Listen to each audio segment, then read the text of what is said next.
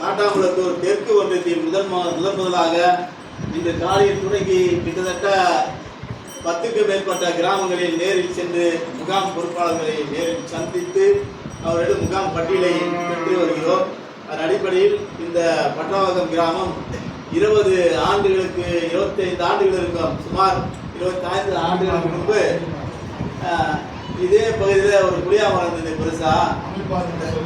இந்த புளியா மரத்தில் தான் அப்போ விடுதலை சிறுத்தை கட்சியின் அமைப்பாளராக தலைவர் இருந்தார். அப்போ முகாமில் அமைப்பாளர் செயலாளர் என்று தான் முகாம்களை தேர்ந்தெடுப்போம்.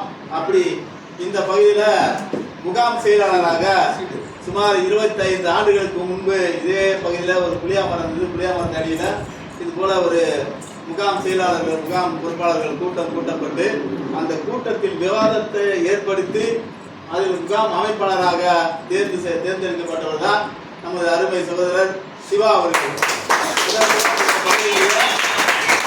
விடுதலை சிறுத்தைகளுடைய முகாமுடைய அமைப்பாளராக பொறுப்பேற்று இங்கே உள்ள இளைஞர்களை ஒருங்கிணைத்து கிட்டத்தட்ட மீட்டிங்னா 2 வேன்கள் 3 வேன்களோடு இளைஞர்களை தட்டி வருவார்.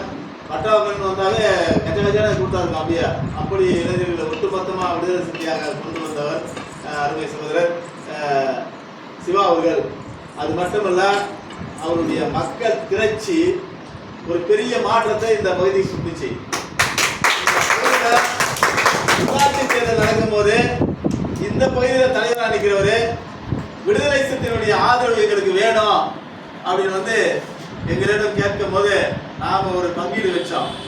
ஓகே, நாங்கள் ஆதரவு தரோம், நீ தலைவரானா எங்கள் பட்டவகத்தை பகுதியிலிருந்து துணைத் தலைவர் உருவாகிறோம் அப்படின்ற கோரிக்கையை வைத்ததில் அந்த கோரிக்கையின் அடிப்படையில் அந்த கோரிக்கை வைத்தவர் சிவா தான் வச்சார். எங்கள் பகுதியில் துணைத் தலைவர் வேணும், எங்கள் அண்ணனுக்கு வேணும் அப்படின்னா நாங்கள் உங்களுக்கு சப்போர்ட் பண்ணுறோம் அப்படின்ற போல ஒரு டிமாண்ட்ஸ் வச்சோம்.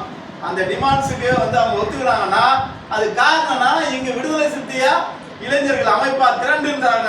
ஓட்டு போட்டாதான் நம்ம ஜெயிக்க முடியுன்ற ஒரு உறுதியாயிடுச்சு. உறுதியான நிலையில் தான் விடுதலை சிறுத்தைகளுடைய வாக்குகளை வேணும் அப்படின்றதுதான் ஒரு பங்கீடா துணைத் தலைவரை நம்ம